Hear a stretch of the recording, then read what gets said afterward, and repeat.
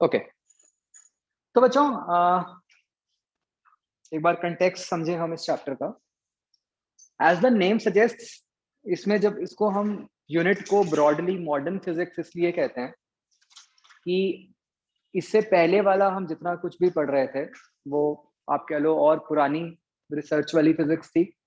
अभी वाली जो फिजिक्स जिसको मॉडर्न हम कहते हैं बेसिकली वो ब्रॉडली ईयर 1900 के बाद वाली है। मतलब जिसमें आप कह लो कि आइंस्टाइन की कुछ कॉन्ट्रीब्यूशन हुई और सो ऑन। उससे पहले वाली हम जो पढ़ते आए हैं वो सारी न्यूटन वाली फिजिक्स थी। तो अभी जो चैप्टर अगले 2-3 हैं बेसिकली वो उसके आगे वाली फिजिक्स के बारे में बात करते हैं।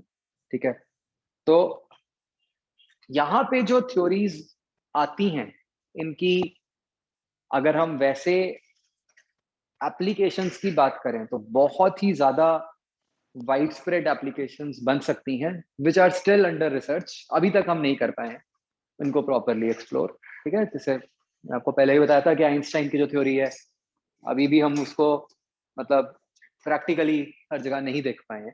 ठीक है, वो जो उसने पोस्टुलेट्स लिखे हैं, हाँ विद टाइम ये समझ आ रहा है हमें अभी कि जो कह रहा है वो ठीक ही कह रहा है, बट अभी मतलब स्टिल उसको प्रैक्टिकली हम इम्प्लीमेंट नहीं कर पा रहे बहुत जगह। तो 3 ब्रॉड पार्ट्स में बच्चों हम इस चैप्टर को ब्रेक करते हैं जो मॉडर्न फिजिक्स वाला होता है।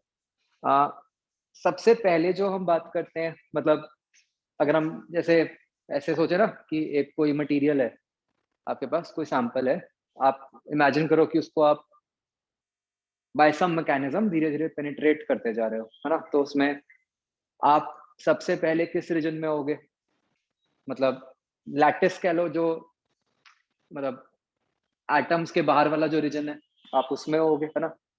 जो फर्स्ट फिनोमेना है फोटो इलेक्ट्रिक इफेक्ट वो उस रीजन के बारे में बात करेगा ब्रॉडली।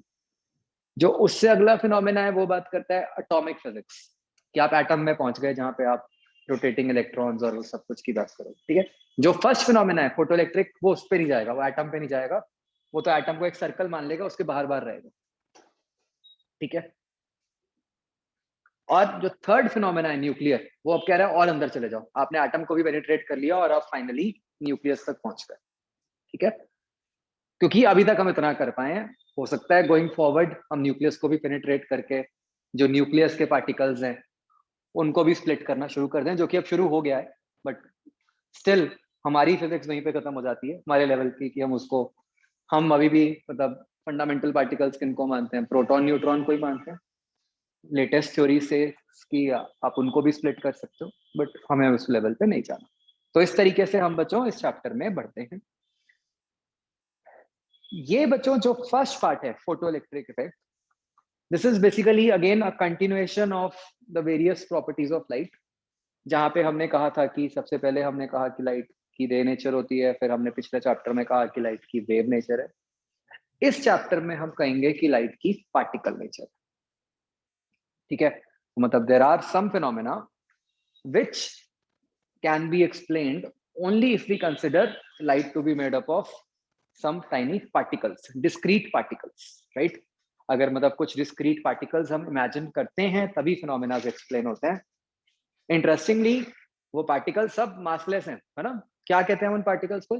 फोटॉन्स। ठीक है, बट स्टिल आपको उन्हें सेपरेट डिस्क्रीट मानना पड़ता है, तभी आप कुछ प्रॉपर्टीज एक्सप्लेन कर पाते। ठीक है, तो हम बच्चों एक थोड़ा सा डिफरेंट सीक्वेंस में पढ़ते हैं। अगर हम थ्योरेटिकली बात करें, हमें बात पहले तो ऐसे करनी चाहिए कि हम ये कहें कि भाई हमने एक्सपेरिमेंट किया जहां पे हमारी एग्जिस्टिंग थ्योरीज फेल हो गई, उसके हिसाब से हम कहें कि हाँ जी लाइट की पार्टिकल नेचर होती है, और फिर जिस जो पार्टिकल नेचर है हम उसकी प्रॉपर्टीज बनाएं। हिस्टोरिकली तो ऐसे ही हुआ होगा पक्का, है ना, कि जब आपकी कॉन्ट्राडिक्शन आई तो आपने कहा कि हाँ जी पार्टिकल है, उन पार्टिकल्स की आपने कुछ कुछ प्रॉपर्टीज मानी, और फिर आपने कहा कि चलो ठीक है इन प्रॉपर्टीज से जो हमारी कॉन्ट्राडिक्शन थी वो एक्सप्लेन हो रही। ठीक है, बट हम थोड़ा सा इजी करने के लिए हम ऐसे पढ़ेंगे कि हम मान लेते हैं कि अब तो पता ही है कि वो पार्टिकल्स हैं, तो हम वो पार्टिकल्स की प्रॉपर्टीज को पहले ही समझ लेते हैं कि हाँ जी ये होती है, ताकि हमारे लिए एक्सपेरिमेंट समझना इजी हो जाए। ठीक है, तो first of all we need to understand कि yes there are some observations जो कि एक्सप्लेन पार्टिकल नेचर को मान के ही होती हैं, और वो जो पार्टिकल है उसको बोलते क्या है हम बच्चों? फोटॉन। पहले तो हम इतनी बात करें। ठीक है, तो आप लिखो सबसे पहले कि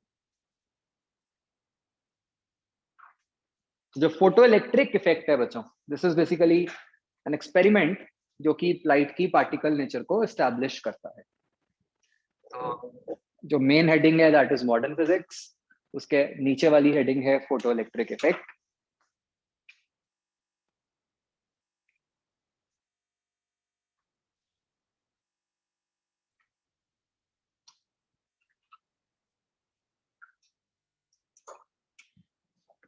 एनसीईआरटी के हिसाब से बच्चों, if I am not wrong, ये 2-3 चैप्टर्स में स्प्लिट है, हम इकट्ठे ही पढ़ते हैं इसको। तो ये जो फोटो इलेक्ट्रिक इफेक्ट है, इसके लिए लिख लो कि this experiment proves the particle nature of light.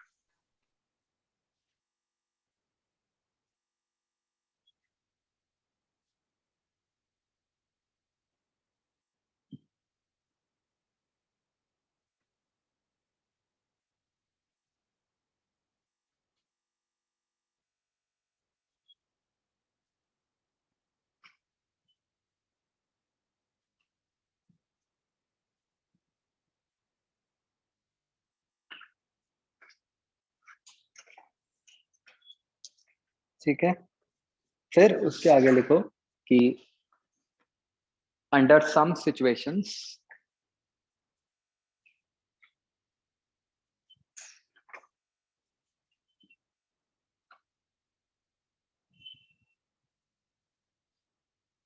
light behaves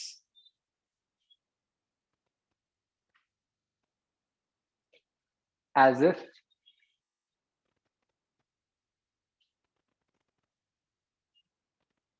it is made up of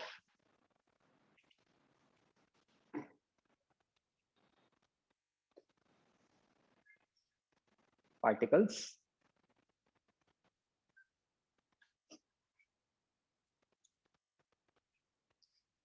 these particles are known as photons.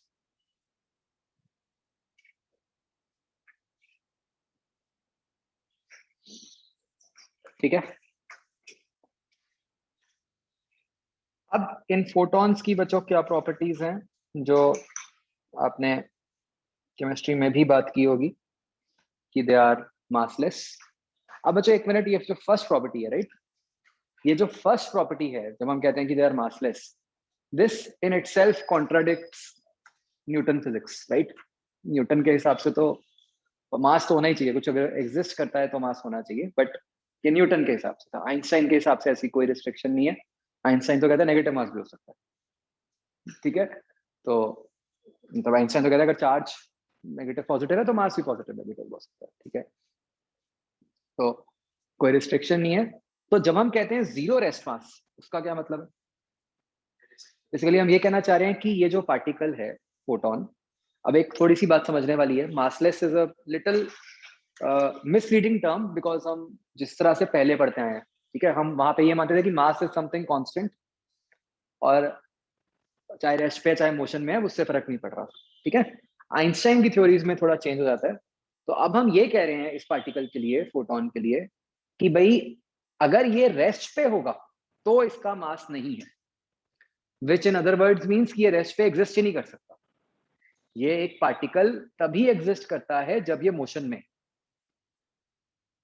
ठीक है। It has no existence when it is at rest, which will sound strange अगर आप 11th की mechanics के हिसाब से सोचोगे, but this is something which is possible. So that's why we say कि रेस्ट मास इज जीरो, ठीक है।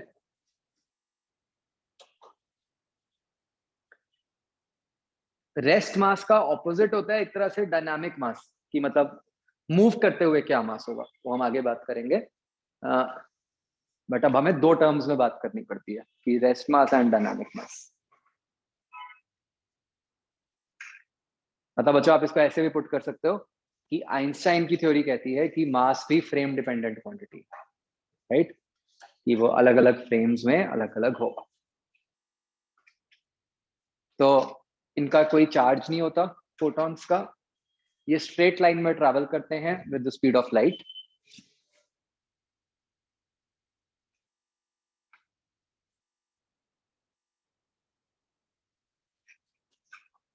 तो सरप्राइजिंगली दे हैव मोमेंटम।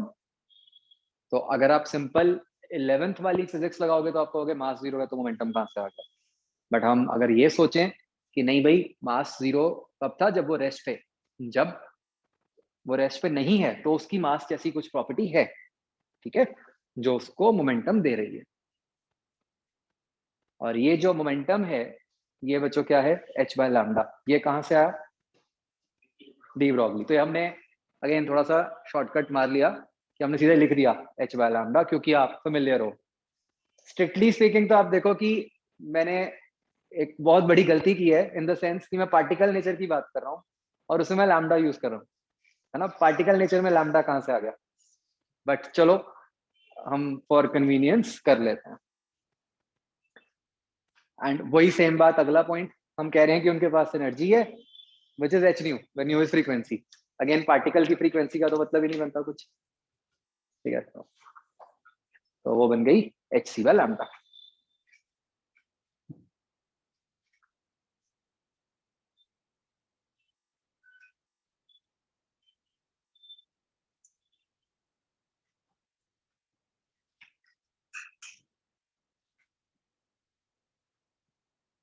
आ गया समझ बच्चों, क्लियर टू ऑल, ठीक है। ये प्रॉपर्टीज आई थिंक आप इन सबसे फेमिलियर हो ना।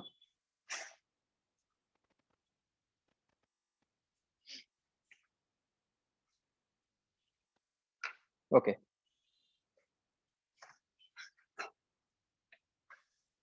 तो बच्चों अगर हम कहते हैं कि अगर एक सोर्स है जिसकी पावर पी है, ठीक है, और उसकी वेवलेंथ लैम्डा है, तो क्या बच्चों आप निकालो लॉजिकली, क्या आप उस सोर्स से ये निकाल सकते हो कि number of photons per second कितने निकल रहे होंगे। लिखो फटाफट एक्सप्रेशन।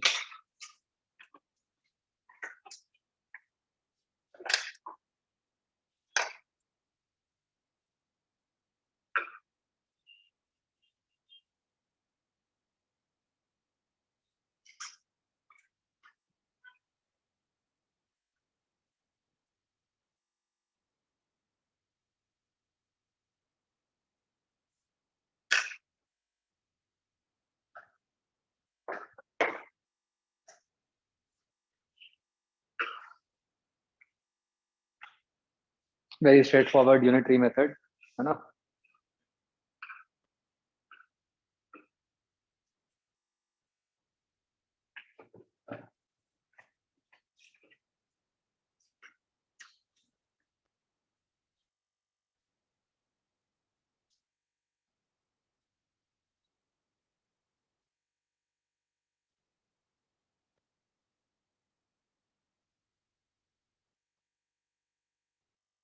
क्या बनेगा बच्चों, कैसे निकालोगे भाई। एक फोटोन की एनर्जी क्या है, H C by lambda, power क्या है, एनर्जी अपॉन टाइम, है ना।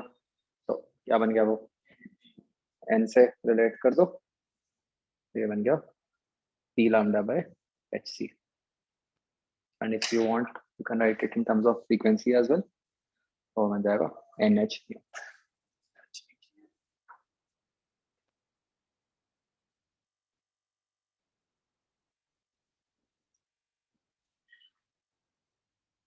नहीं नहीं, ये तो पी लिखा है, पावर को इन टर्म्स ऑफ फ्रीक्वेंसी लिखा है,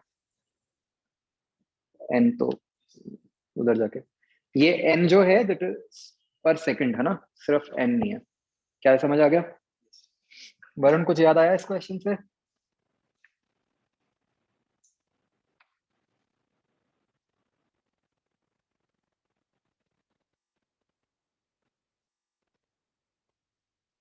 ये कल आया था नीट पे, एग्जैक्टली ये फॉर्मूला।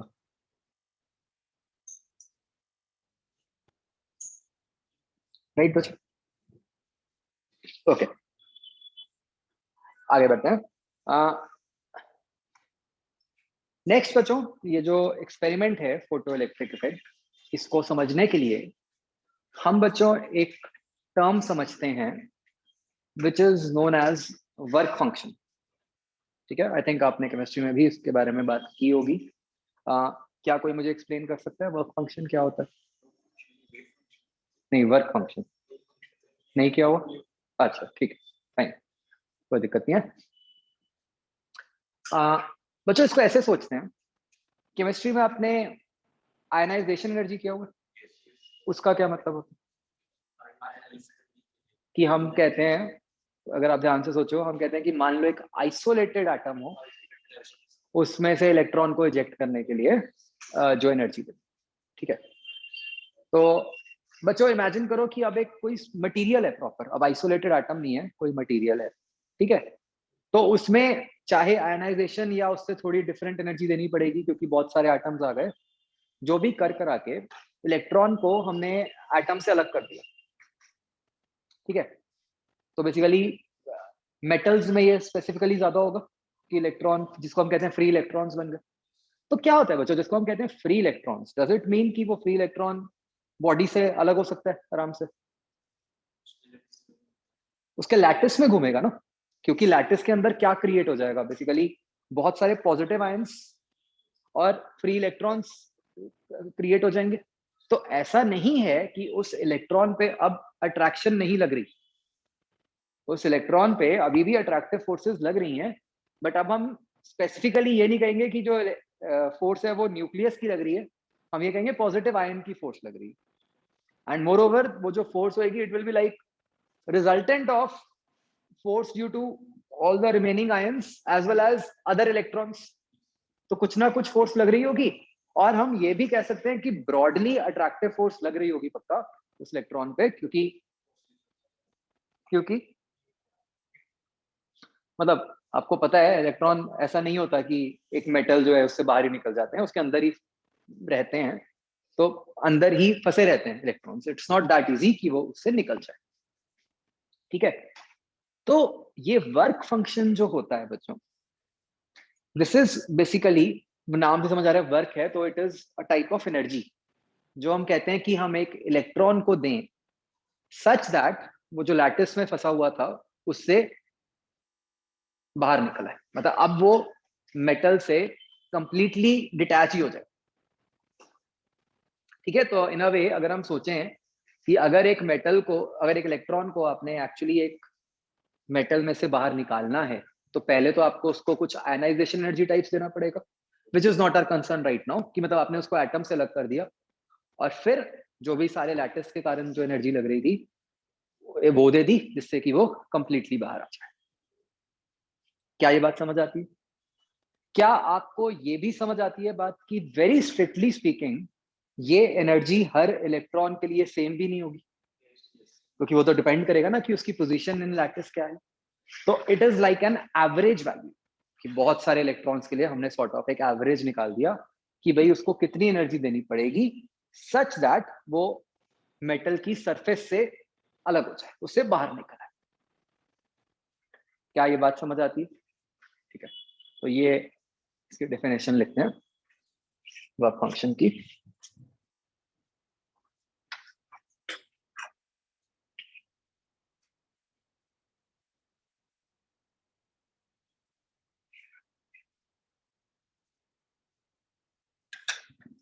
सिचुएशन,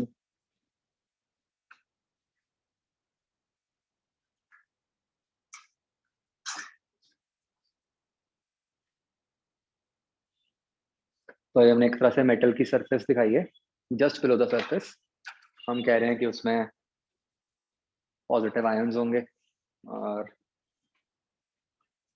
नेगेटिव इलेक्ट्रॉन्स होंगे जो कि सो कॉल्ड फ्री हैं, मतलब when we call them free that is basically free from the shell the atom, कि उसके अंदर नहीं फंसा हुआ अभी।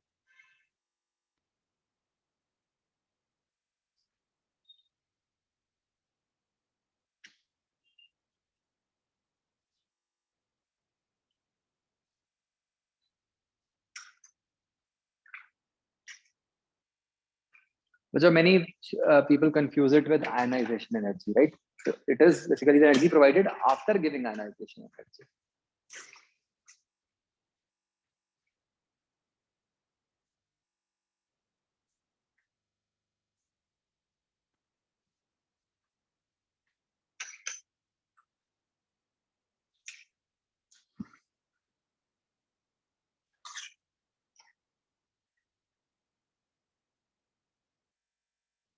इसको बच्चों हम यूजुअली जो एनर्जी है उसको इलेक्ट्रॉन वोल्ट्स में स्पेसिफाई करते हैं, और electron volt is 1.6 into 10 raised to power minus 19 joules, and this is a property of a metal.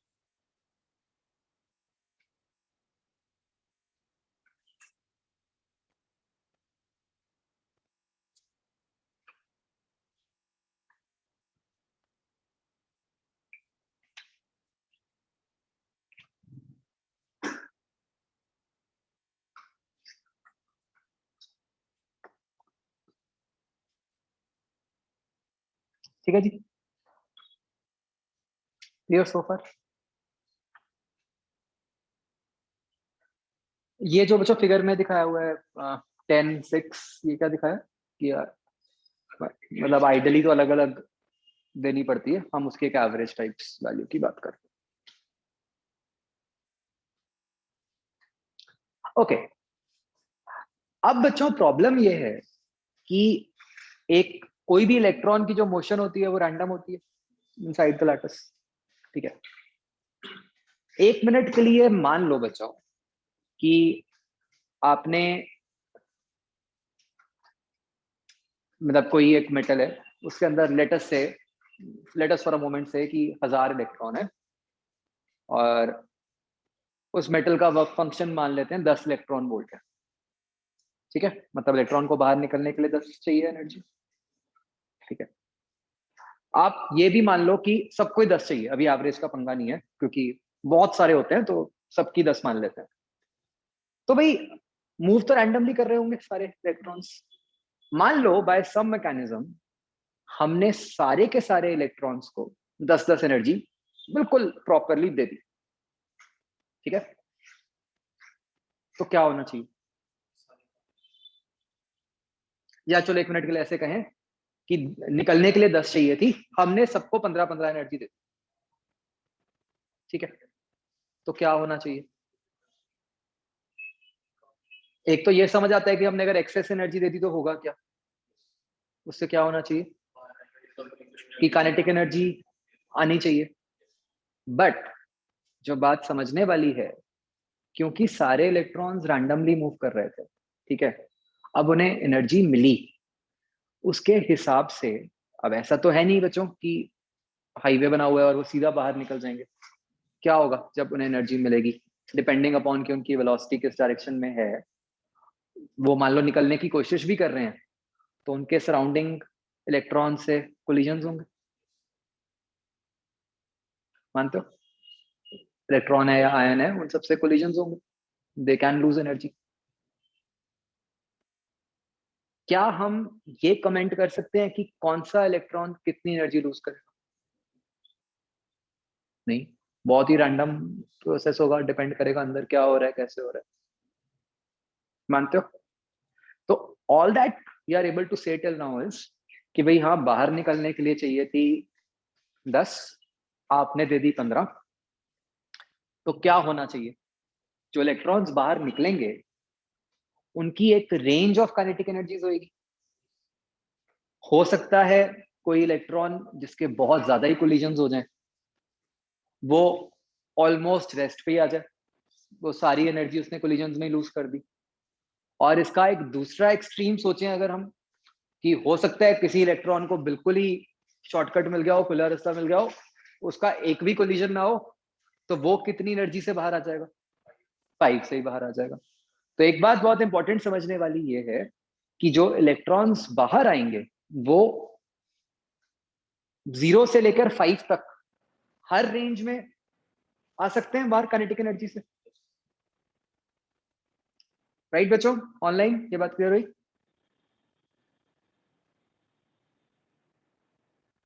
अभी तो जो आयनाइजेशन होता है, जो आप कह रहे हो, जो हम कहते हैं ना metal has tendency to lose electron, वो तो ये कहते हैं आउटर मोस्ट शेल में है तो वो उसके न्यूक्लियस से फ्री हो गया, वो आयनाइजेशन है। ओके, तो क्या बच्चों मैं इसको इस तरह से पुट कर सकता हूँ इस बात को कि यही वाला एग्जांपल लेके भी अगर आपने 15 दी और वर्क फंक्शन 10 था अगर, तो जो इलेक्ट्रॉन्स बाहर निकल रहे होंगे उनमें से उन जो मैक्सिमम काइनेटिक एनर्जी होगी वो 5 होगी, है ना। हम नहीं कह रहे 2 की थी, 4 की थी, कितने की थी, बट मैक्सिमम 5 हो सकती है, और डेफिनेटली रेंज होगी 0 से 5 के बीच। मानते हो? ठीक है, तो इस बात को बच्चों हम कहते हैं एज आइंस्टाइन इक्वेशन। ठीक है, आइंस्टाइन इक्वेशन ये कहती है, ठीक है, समझने में इट इज मतलब वेरी इजी। जब मतलब आइडेंटिफाई की गई थी इट वाज वेरी कॉम्प्लिकेटेड। कि जैसे बच्चों ये एग्जांपल कि मान लो एक मेटल है, आपने उसको 10 एनर्जी दे दी, उसका वर्क फंक्शन 4 है, तो हम क्या कह सकते हैं कि 6 जो है वो के मैक्स है। इट इज नॉट के, इट इज के मैक्स। अगेन समझने वाली बात ये है कि ये जो आप इक्वेशन लगा रहे हो, ये एक इलेक्ट्रॉन के ऊपर नहीं लगा रहे, है ना, ये एक पूरे सैंपल के ऊपर लगा रहे हैं, तो इसलिए हम वो के मैक्स की बात कर रहे हैं।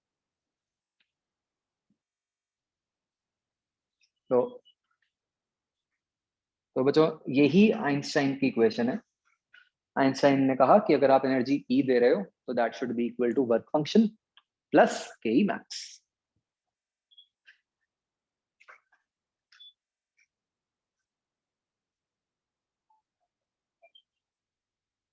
तो जब जैसे मैंने आपको पहले बताया था, हम उल्टा चल रहे हैं, हम सॉर्ट ऑफ एक्सपेरिमेंट के कंक्लूजन पे कर रहे हैं, बट इससे बड़ा आसान हो जाता है एक्सपेरिमेंट समझना। और ये बड़े लॉजिकल से पॉइंट्स लग रहे हैं ना, कुछ ऐसा भी नहीं लग रहा कि कुछ खतरनाक सा हो गया।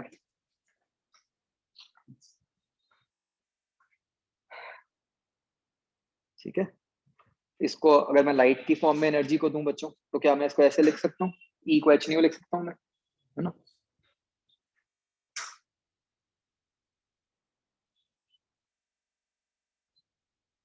तो एच न्यू बन गया डब्ल्यू प्लस के मैक्स, और H C by lambda is equal to W plus K max.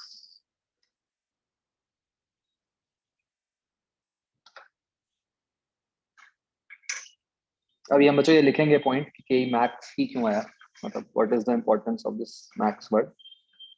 तो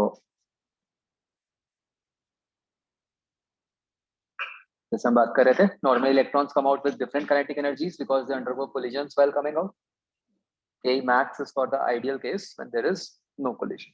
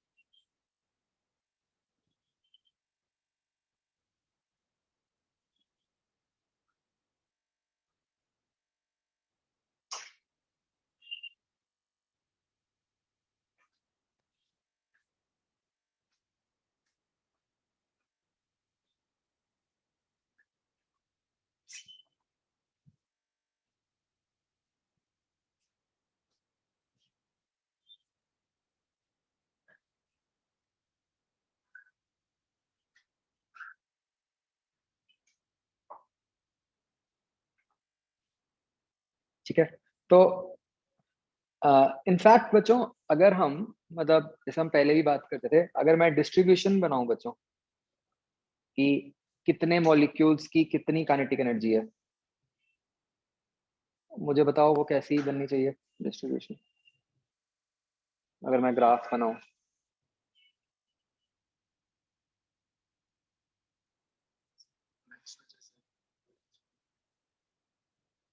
के वर्सेस नंबर ऑफ इलेक्ट्रॉन्स, वही स्टैंडर्ड जो होता है ना बेल डिस्ट्रीब्यूशन, कि बहुत कम काइनेटिक एनर्जी वाले भी बहुत कम होंगे, और ज्यादा काइनेटिक एनर्जी वाले भी बहुत कम होंगे।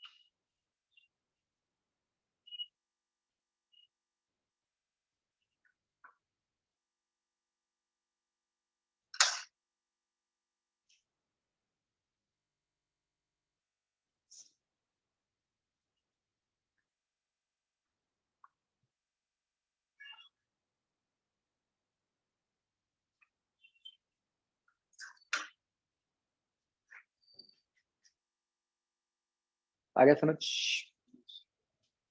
ये जो वर्क फंक्शन की डेफिनेशन में एक पॉइंट हमें बच्चों लिखना चाहिए कि this should be the minimum energy, right.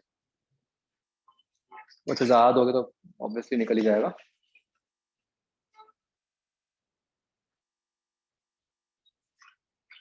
ठीक है जी, ओके। अब बच्चों जब हम इसको इस फॉर्म में लिख रहे हैं, ये जो लाइट की फॉर्म में लिखा एच न्यू या एच सी बाय लैम्डा, तो बेसिकली अगर मैं एनर्जी की जगह फ्रीक्वेंसी की टर्म्स में डिफाइन करना चाहूँ तो मैं क्या बोलूंगा? अगर मैं वर्क फंक्शन को फ्रीक्वेंसी के टर्म्स में बोलना चाहूँ तो क्या बोलूंगा कि कितनी फ्रीक्वेंसी जिससे कि इलेक्ट्रॉन बाहर निकल आएगा, वो कौन सी हुई, मैक्सिमम या मिनिमम? मिनिमम कितनी फ्रीक्वेंसी जिससे कि इलेक्ट्रॉन बाहर निकल आएगा। बेसिकली ये लाइट के लिए हम कह रहे हैं कि लाइट की कितनी मिनिमम फ्रीक्वेंसी डालें कि मेटल बाहर निकल आएगा। और वही बात को अगर मैं वेवलेंथ की टर्म्स में बोलना चाहूँ, मैक्सिमम कितनी वेवलेंथ डालें कि उससे इलेक्ट्रॉन बाहर निकल जाएगा। ठीक है, तो इसके बेसिस पे हम दो सिंपल सी डेफिनेशंस बनाते हैं। एक को हम कहते हैं थ्रेशोल्ड फ्रीक्वेंसी और एक को हम कहते हैं थ्रेशोल्ड वेवलेंथ।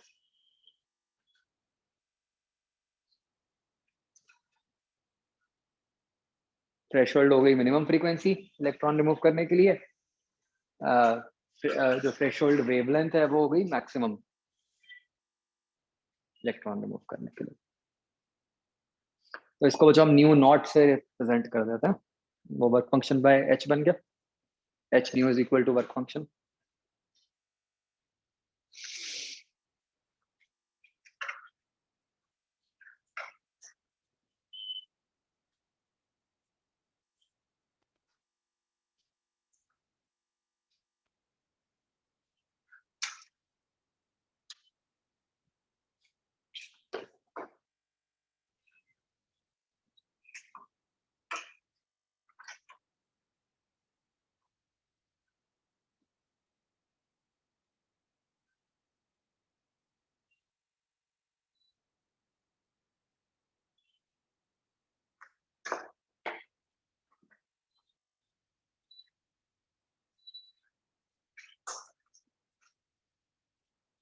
यहाँ पे बच्चों जो क्वेश्चंस पूछे जाते हैं और जिनमें गलती हो जाती है वो इस टाइप के होते हैं कि जस्ट इमेजिन अगर आपको ऐसे कहा जा रहा है कि एक मेटल से ब्लू कलर की लाइट इलेक्ट्रॉन निकाल देती है, ठीक है, तो बताओ वायलेट और ऑरेंज में से भी कौन सी लाइट इलेक्ट्रॉन निकाल देगी?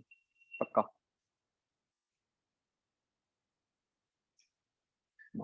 यही यही शायद यही गलती जो मैं ये कह दूं वो तो फिर पक्का तुम करके दिखाते हो मुझे। क्वेश्चन दोबारा सुनो।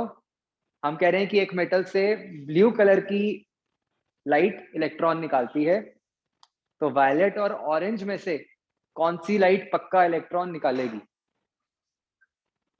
जिसकी वेवलेंथ उससे कम होएगी, है ना? तो आंसर क्या बन गया? वायलेट वाला, है ना? मतलब हो सकता है ऑरेंज में निकाल देती अगर, क्योंकि मैंने ये तो नहीं कहा कि ब्लू थ्रेशोल्ड है, बट पक्का तो वायलेट ही निकालती। क्या ये बात समझ आई बच्चों? तो ये इसी पे ही कंफ्यूज किया जाता है क्योंकि वो वेवलेंथ में उल्टा हो जाता है ना, बस ये ध्यान रखना है। थ्रेशोल्ड वेवलेंथ निकाली कैसे जाएगी बच्चों? सेम जैसे यहाँ लिखा है, तब हम लिख देंगे lambda naught equal to H C by W. ठीक है, इसको बच्चों हम कुछ वैल्यूज डाल के सीधा ऐसे लिख देते हैं। ये केमिस्ट्री में क्या? हाँ हाँ, ये पक्का। हाँ, H equal to H C by lambda में बेसिकली हमने पुट कर दी वैल्यूज, तो इससे आसान हो जाता है।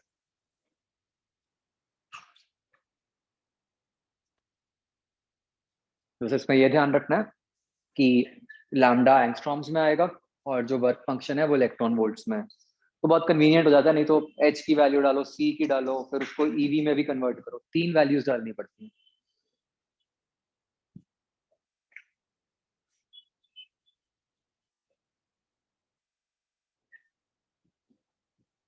ठीक है, तो बेसिकली आप इसको ऐसे भी लिख सकते हो कि H nu is equal to H nu naught plus K E max,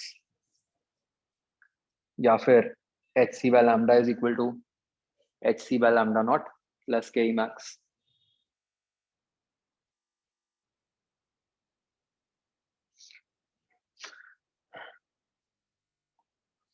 तो बच्चों यहाँ पे बेसिकली ना जो नेक्स्ट सेट ऑफ क्वेश्चंस बनता है वो बनता है बेसिकली कि अगर मैं यहाँ पे कोई दो क्वांटिटीज को प्लॉट कर दूं, लेट्स से आई प्लॉट, जैसे मैंने लिखा हुआ है कि अगर मैं के ई मैक्स वर्सेस न्यू को प्लॉट करूं तो वो कैसा ग्राफ बनेगा?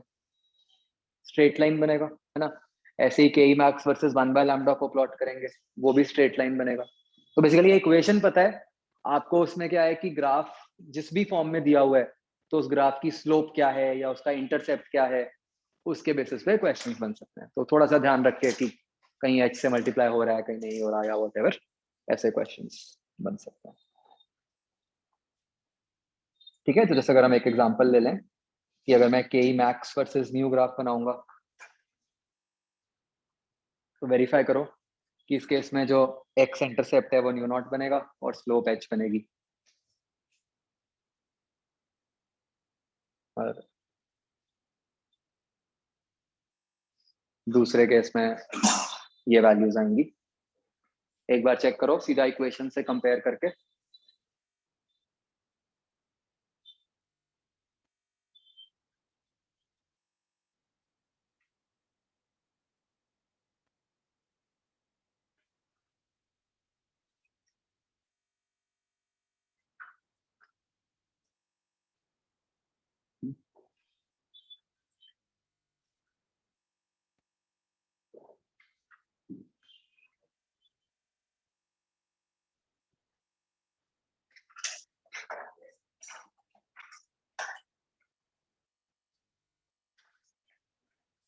इज दिस थिंग क्लियर बच्चों? ठीक है, तो बच्चों क्या होता है कई बार ना, जैसे मैंने तो के ई वर्सेस न्यू बनाया, कई बार वो ऐसे कह देते हैं कि मतलब के ई बाय एच वर्सेस न्यू बना दो, ठीक है ना। तो उसके हिसाब से कॉन्स्टेंट्स में चेंज आ जाएगा। तो you can get questions like कि ग्राफ दिया हुआ है, आपको ग्राफ देके कहे कि find the value of Planck's constant, तो आप इस स्लोप से निकालोगे या वही स्पीड ऑफ लाइट निकालो, या जो भी ग्राफ से कंपेयर करके स्लोप, इंटरसेप्ट एक्सेट्रा वो निकालना होगा। क्लियर बच्चों? चलो ठीक है बच्चों, दैट्स इट।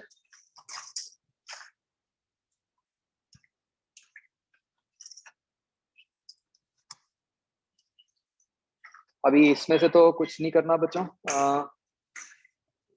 पिछला क्या काम कर रहे हो? क्या रहती है? अच्छा, मतलब कल के लिए कुछ ना दूंगा। चलो ठीक, चलो ठीक है बच्चों, ओके देन, बाय।